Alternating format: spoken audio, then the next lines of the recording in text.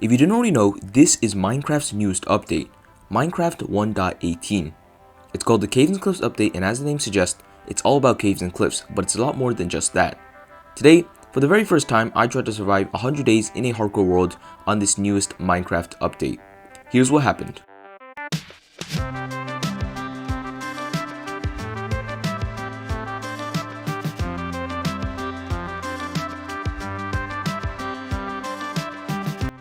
So on day 1, I started out by gathering basic materials like you would.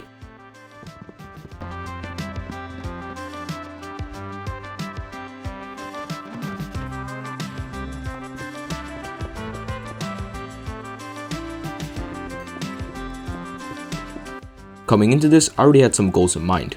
First was to survive. If you didn't already notice, this world is in hardcore mode, meaning if I die even once, it was game over.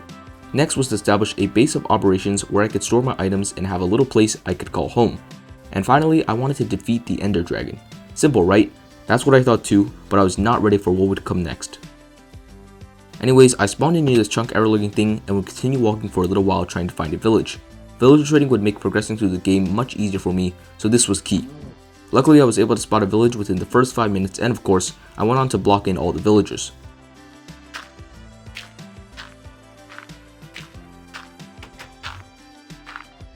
And day 1 ended with me in here in this little hole.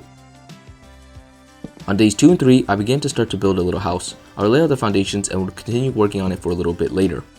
Eventually, I realized that I needed iron. The fastest way to get iron was to go caving, so I went caving. I had a few close calls here and there.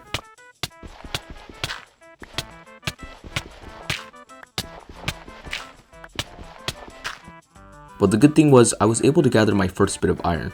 With that iron, I had enough to make a full set of iron armor and of course a few other essentials. I then decided to go back to the caves. Days 4 and 5 were spent just caving. To say the least, I had a lot of fun and I don't remember having this much fun going caving. You see, the new 1.18 caves had made finding diamonds easier than ever. So many diamonds were just exposed for me to mine.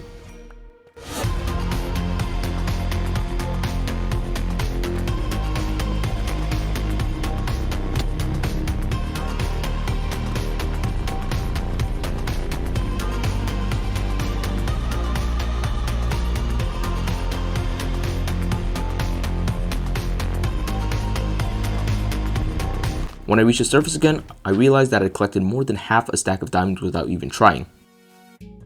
By that time, I had realized that it was time to get the villagers ready for trading.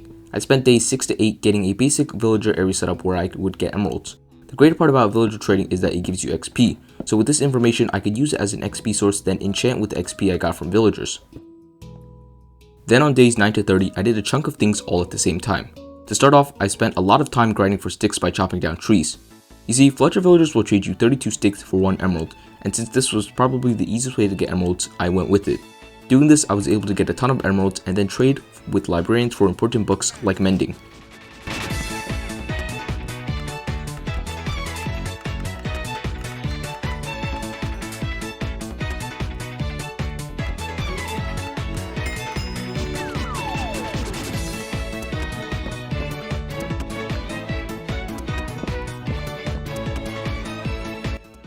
At the same time, I was also building up my little house, which was also starting to take shape. While I was waiting for the trees to grow, I went to gather resources for my house, which I would keep most of my items in. Honestly, I don't think it turned out too bad, but I still need to finish some stuff here and there.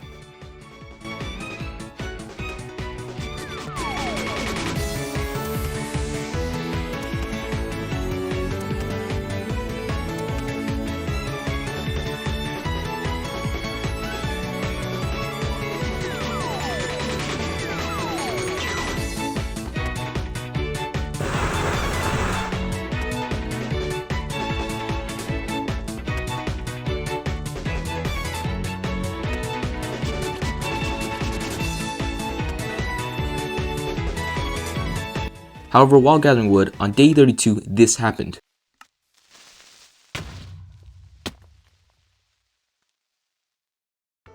I decided that it was time for an upgrade. I took the diamonds I got from mining and made myself a full set. I still needed to enchant armor, so the next few days were just spent trading with villagers and continuing progress on my house.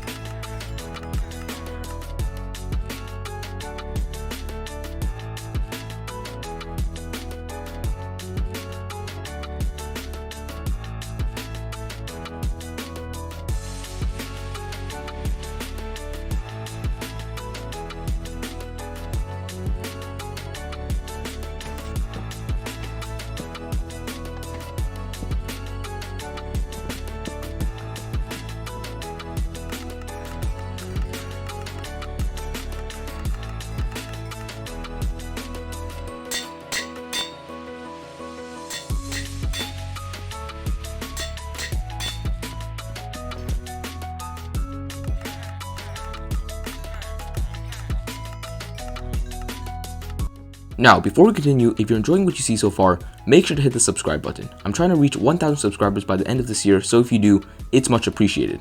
Anyways, on with the video. At this point, I figured I was ready to go to the Nether.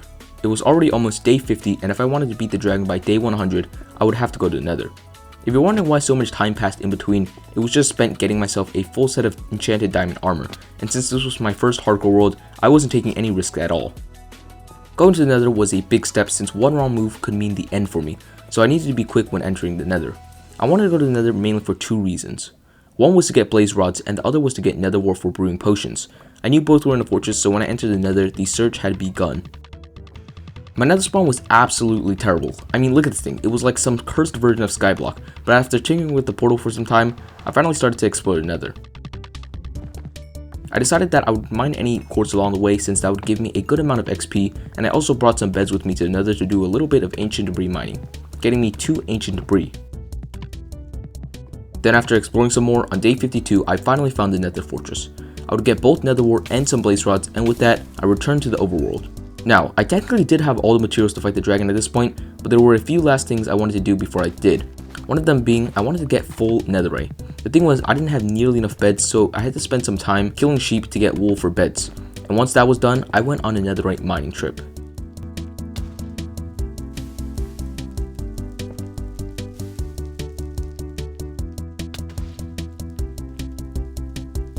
The thing was, I ran out of beds pretty quickly and soon resorted to manually mining. To say the least, after nearly an hour of mining, I was able to get all the ancient debris I would need for the rest of the 100 days.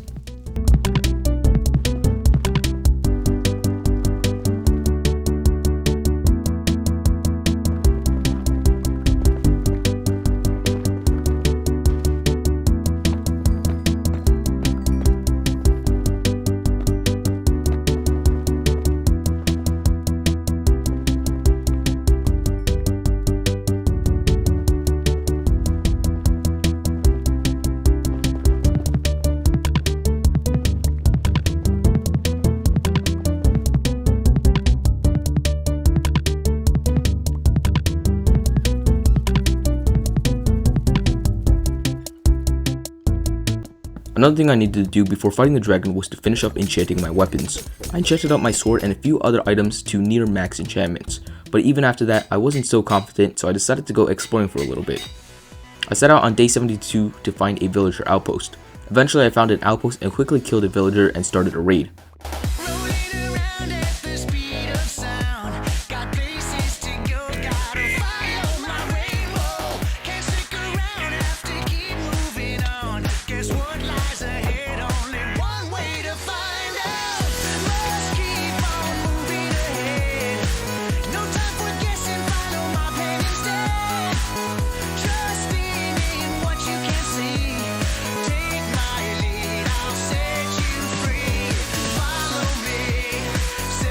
From the raid, I was able to get a good amount of totems. I decided I also wanted to build and continue working on my base area a little bit more before the dragon fight. If I died, at least I finished up this place.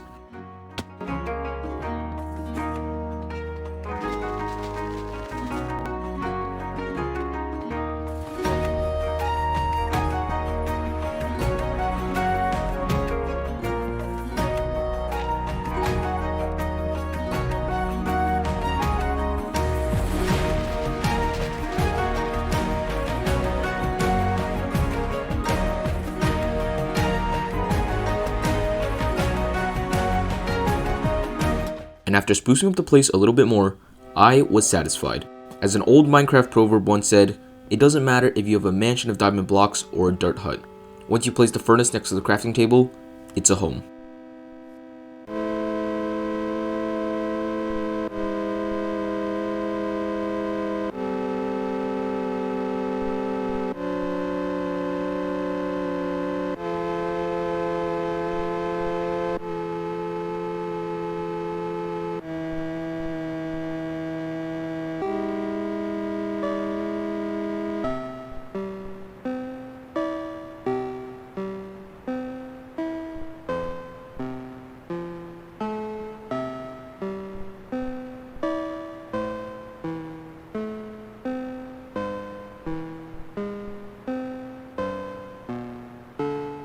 When I finished, it was around day 90. That's when I figured it was time to go and find the stronghold. I started to prepare what I need, including turning all my tools and armor into netherite.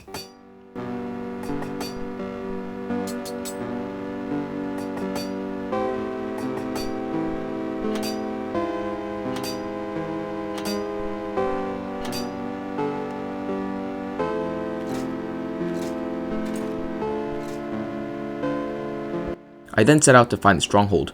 I traveled for quite a bit until I finally found it. I lit the portal and was ready. It had all led up to this moment. All the hours I put in had led up to this moment.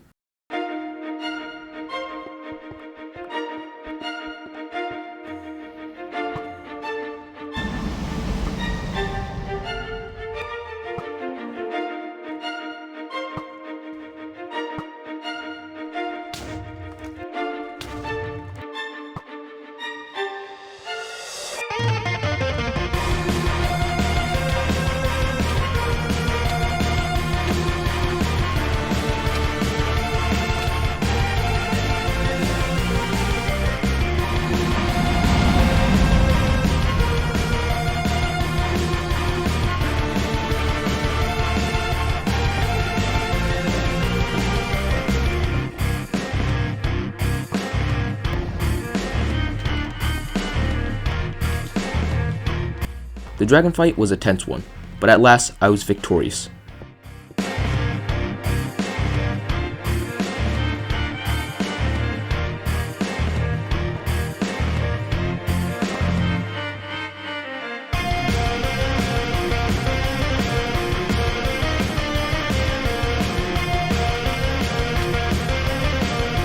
By the time I killed the dragon and came back with my elytra, it was day 95.